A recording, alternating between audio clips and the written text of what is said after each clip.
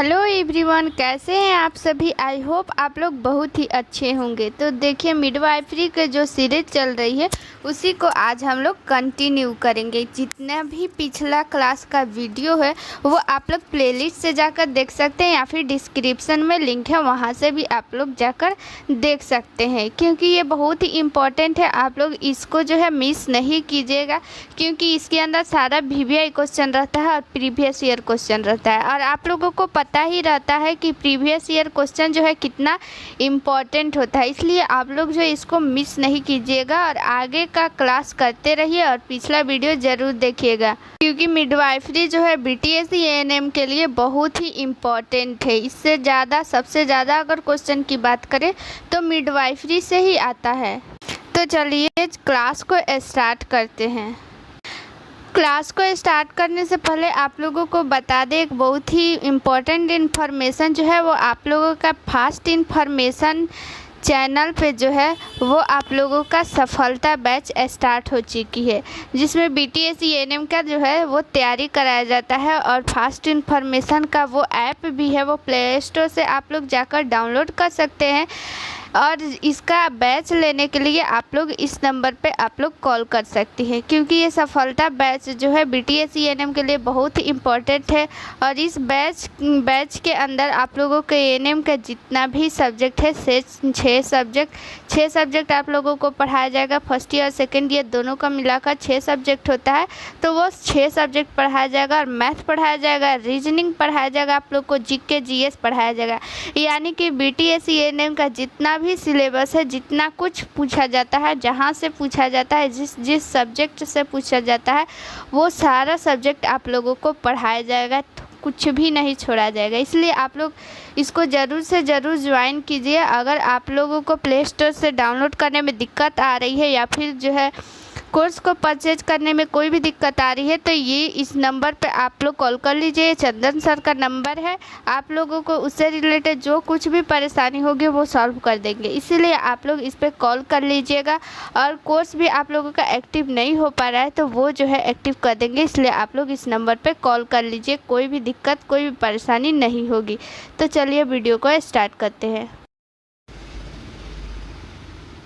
तो चलिए आज हम लोग जो है मिडवाइफरी की क्लास जो है उसको कंटिन्यू करते हैं। इसमें जो है कुछ क्वेश्चन जो है हम लोग किए हुए थे और कुछ क्वेश्चन जो है इसमें बाकी है। तो चलिए उन्हीं को जो है हम लोग कंटिन्यू करते हैं, जहाँ से बाकी था वहीं से पढ़ते हैं। तो देखिए, ये रहा 13 नंबर क्वेश्चन हम लोग कर लिए थे। 14 नंबर क्वेश्चन करना है। देखिए 14 नंबर क्वेश्चन क्या कहता है कि रक्त में HCG का मान अधिकतम किसके बीच पहुंचता है। यानी कि रक्त में जो HCG होता है, HCG इसका फुल फॉर्म आप लोग कमेंट कीजिए। पिछले क्लास में आप लोगों को इसका फुल फॉर्म बताए थे, तो आप लोग इसका कमेंट में बताइए आंसर क्या होगा। तो इसमें पूछ रहा है रक्त में HCG का मान अधिकतम किसके बीच पहुंचता है। देखिए HCG जो है वो एक हार्मोन है जो कि सबके ब्लड में पाया जाता है, लेकिन जब कोई लेडी प्रेग्नेंट होती है तो उसके ब्लड में जो है ये HCG का मान जो है वो बढ़ जाता है। HCG का मान बढ़ने के कारण ही ये पता चल पाता है कि वो लेडी प्रेग्नेंट है या नहीं, क्योंकि उसमें जो है HCG का मान बढ़ जाता है। कैसे बढ़ जाता है, उसमें उसका जो यूरिन होता है उसमें भी HCG जो है वो प्रेजेंट पाया जाता है। जो एक ऐसी नॉर्मल जो फीमेल होती है उसके यूरिन में जो है HCG जो है वो जो है नहीं पाया जाता है, अब्सेंट होता है।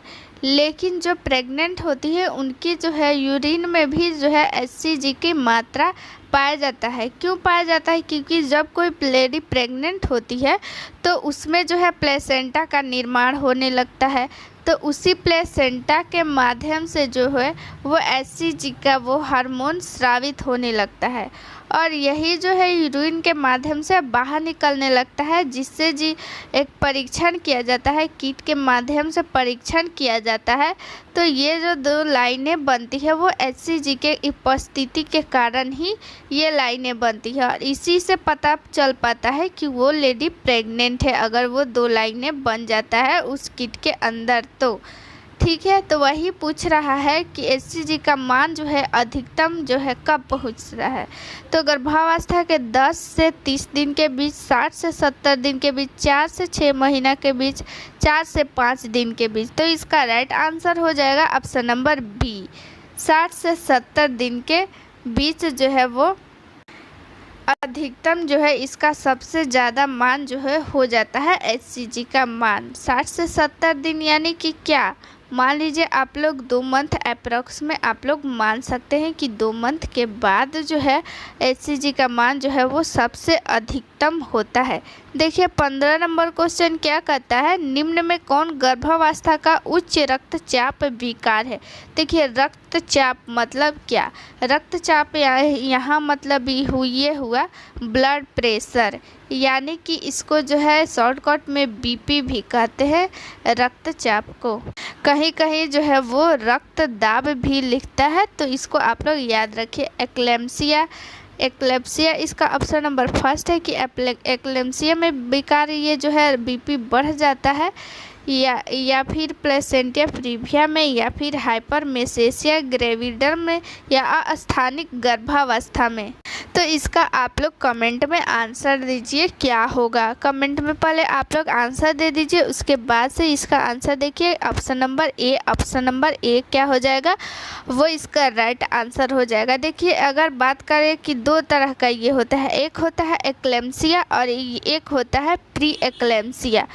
एक्लेम्सिया किसे कहते हैं और प्री एक्लेम्सिया किसे कहते हैं। देखिए प्री एक्लेम्सिया और एक्लेम्सिया दोनों में ही BP बढ़ जाता है, लेकिन BP के साथ साथ उसमें जो है कुछ और कंडीशन आ जाते हैं जिसको जो है एक्लेम्सिया कहते हैं। प्री एक्लेम्सिया में केवल BP हाई हो जाता है, ठीक है, लेकिन BP हाई के साथ साथ उसमें उसके पैर में सूजन आ जाता है, या फिर जो है उसके यूरिन में जो है प्रोटीन की मात्रा बढ़ जाती है। इन्हीं सब जो कारण को मिलाकर वो एक्लेम्सिया का, इसको एक्लेम्सिया के रूप में रख लेंगे, उसको एक्लेम्सिया के कैटेगरी में रखेंगे। लेकिन सिर्फ और सिर्फ BP बढ़ता है, सिर्फ और सिर्फ BP हाई होता है, तो वो जो है एक्लेम्सिया का लक्षण, प्री एक्लेम्सिया का लक्षण है।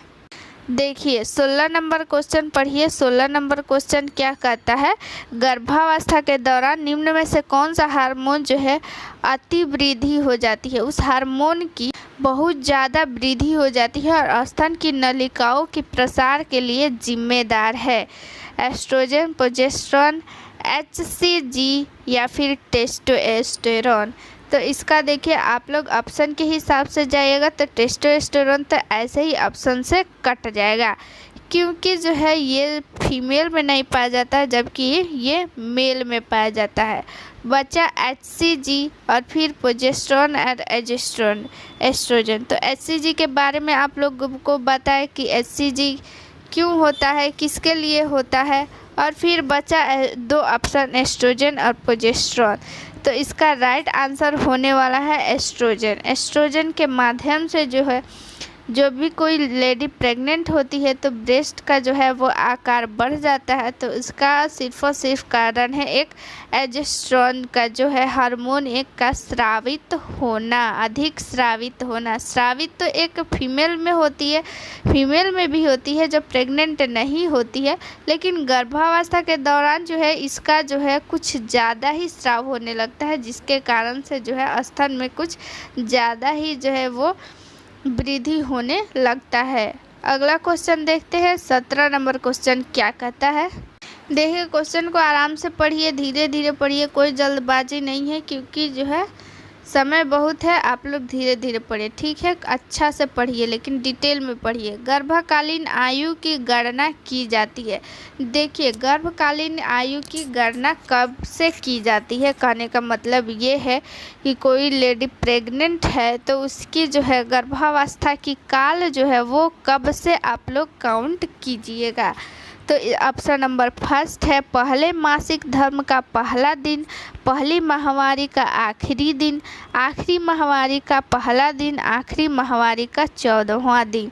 देखिए ये क्वेश्चन जो है बहुत ही इम्पोर्टेंट है, इसको आप लोग याद रखिएगा क्योंकि इसका ऑप्शन नंबर जो है सी जो है राइट आंसर हो जाएगा। आखिरी माहवारी का जो है वो पहला दिन से जो है गर्भकालीन की गणना की जाती है। देखिए कैसे काउंट करेंगे। जैसे मान लीजिए कि उसका आखिरी जो है माहवारी कब आया हुआ था, मान लीजिए कि 11 जुलाई को उसको आया हुआ था। 11 जुलाई से जो है वो MC स्टार्ट हुआ था, तो वो जो है गर्भकालीन की गणना जो है 11 जुलाई से ही किया जाएगा। 11 जुलाई से ही किया जाएगा, ठीक है, क्योंकि इसका आखिरी माहवारी यही हुआ 11 जुलाई, और फिर 11 जुलाई के बाद उसको जो है कोई भी पीरियड नहीं आया, तो वो 11 जुलाई को पीरियड आया था, तो वो 11 जुलाई से ही उसका गर्भकालीन का जो है वो काल हम लोग काउंट करेंगे। देखिए अगला क्वेश्चन है 18 नंबर क्वेश्चन। क्या कहता है, गर्भावस्था के दौरान गर्भाशय ग्रीवा का जो है, ग्रीवा यानी कि सर्विक्स का जो है नरम होना कहलाता है। यानी गर्भावस्था के दौरान गर्भाशय ग्रीवा का यूट्रस सर्विक्स का नरम होना क्या कहलाता है? जैमियर लक्षण, ओसिंडर लक्षण, की गुडेल लक्षण या फिर हैंगर लक्षण? इसका राइट आंसर क्या होगा? इसका राइट आंसर हो जाएगा गुडेल लक्षण। यानी कि गर्भावस्था के दौरान गर्भाशय का जो सर्विक्स है वो जो है नरम हो जाती है, यानी मुलायम हो जाती है, तो उसको क्या बोलेंगे? उसको गुडेल साइन बोलेंगे, गुडेल लक्षण बोलेंगे, ठीक है। इस क्वेश्चन को आप लोग नोट कर लीजिए, याद कर लीजिए, बहुत ही इम्पोर्टेंट है। ना जाने कितना जो है ये बार क्वेश्चन पूछा हुआ है, एग्जाम में पूछता है, ठीक है। जब कोई लेडी प्रेग्नेंट होती है तो उसकी यूट्रस का सर्विक्स जो है वो सॉफ्ट हो जाता है, तो सॉफ्ट हो जाता है, तो ये एक जो है प्रेग्नेंट लेडी का जो है वो एक साइन है। एक चीज़ और आप लोग याद रखिएगा, लाइटनिंग। ये क्वेश्चन पूछता है कि लाइटनिंग आखिर, और एक होता है क्विकनिंग। लाइटनिंग और क्विकनिंग, इसको इंग्लिश में भी यही बोलते हैं, हिंदी में भी यही रहता है, ठीक है। हिंदी में यही, इसी को लाइटनिंग लिख देगा ऐसे, इसी को, और फिर इंग्लिश को भी ऐसे ही। इसका हिंदी इंग्लिश एक ही रहता है। लाइटनिंग और क्विकनिंग की बात करें तो ये जो है तीसरा जो है, यानी थर्ड ट्राइमेस्टर में ये शुरू होता है। थर्ड ट्राइमेस्टर कब से स्टार्ट होता है? 29 से 14 सप्ताह तक थर्ड ट्राइमेस्टर रहता है। अगर फर्स्ट ट्राइमेस्टर की बात करें, ट्राइमेस्टर मतलब तिमाही, यानी पहला तिमाही हो गया, पहला तिमाही, और फिर जो है दूसरा तिमाही और तीसरा तिमाही। टोटल जो है कितने तिमाही होते हैं? 3 तिमाही होते हैं, यानी कि 3 ट्राइमेस्टर होता है। पहला तिमाही आप लोग याद रखिएगा कब से कब को बोलेंगे? 0 से 12 सप्ताह तक जो है वो पहला तिमाही चलता है, और दूसरा तिमाही कब चलता है? 13 से 28 सप्ताह तक ये रहता है।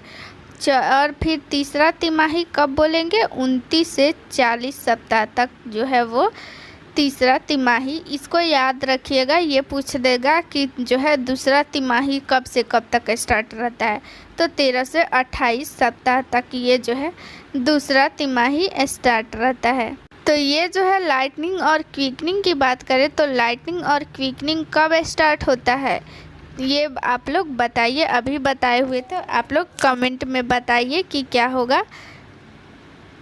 तो देखिए ये जो है तीसरी तिमाही में स्टार्ट होता है लाइटनिंग और क्विकनिंग।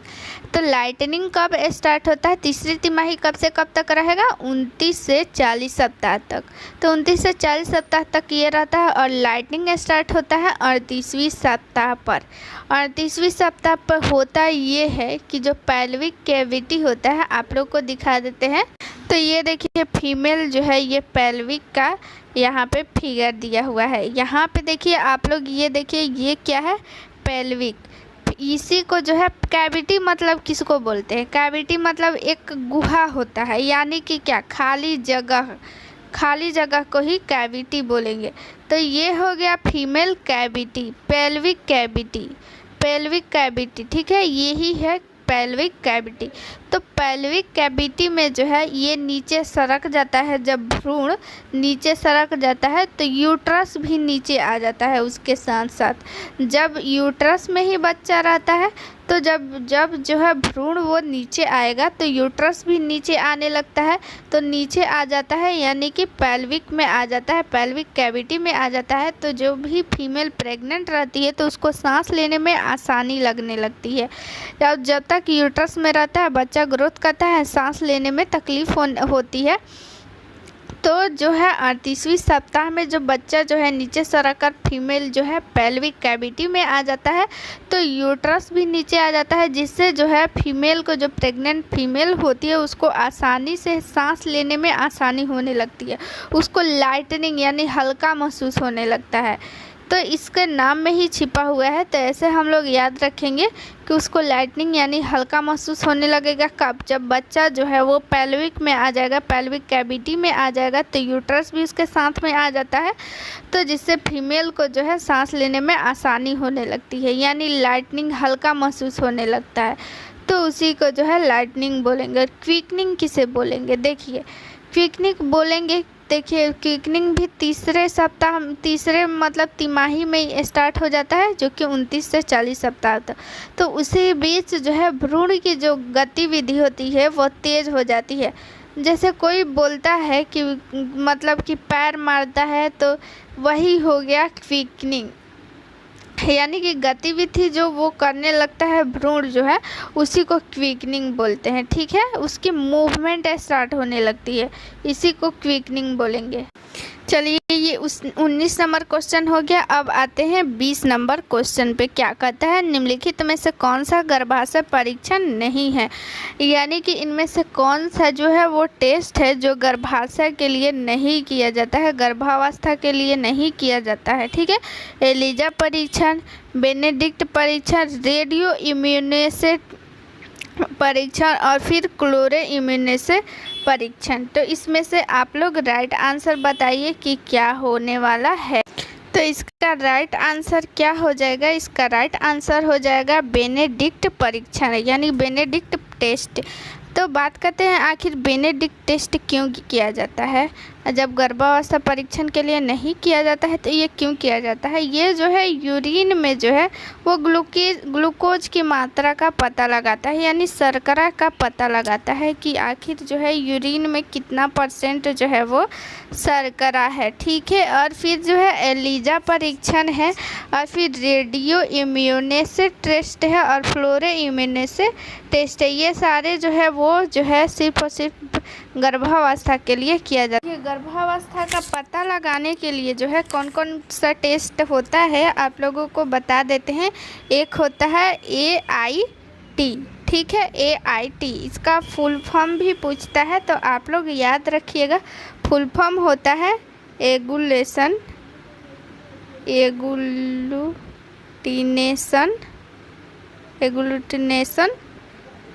इनहेबिटेशन टेस्ट। ठीक है, इसका फुल फॉर्म आप लोग याद रखिएगा, एगुलूटिनेशन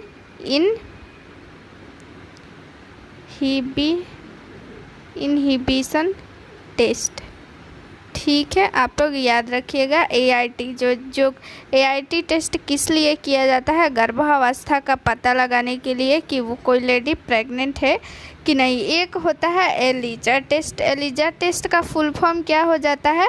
एंजाइम लिंक्ड इम्यूनोसॉर्बेंट एसे। आप लोग याद रखिएगा, ये फुल फॉर्म जो है कितना बार एग्जाम में पूछा हुआ है, आप लोगों को लिए लिख देते हैं एंजाइम।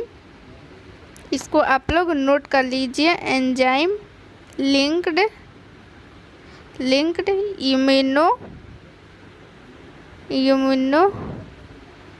इम्यूनोसॉर्बेंट और फिर ऐसे।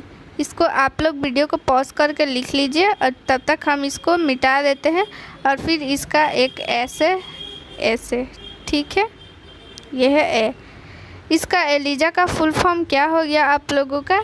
एंजाइम लिंक्ड इम्यूनोसॉर्बेंट एसे। ठीक है, एक होता है RIA, रेडियो इम्यूनो एसे। इसका फुल फॉर्म क्या हो जाएगा? रेडियो इम्यूनो और फिर हो जाएगा ऐसे। ये भी जो है प्रेगनेंसी का पता लगाया जाता है इससे। एक होता है DAT, डाट, DAT, डाट। तो देखिए इसका फुल फॉर्म होता है direct एगुलेशन test.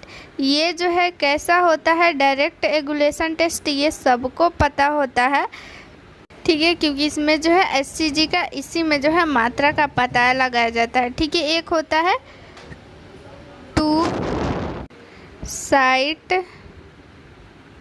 To site sandwich immuno एसे। ये एक प्रकार का कार्ड टेस्ट होता है, कार्ड टेस्ट है ये जो है एक प्रकार का कार्ड टेस्ट है, आप लोग देखे होंगे।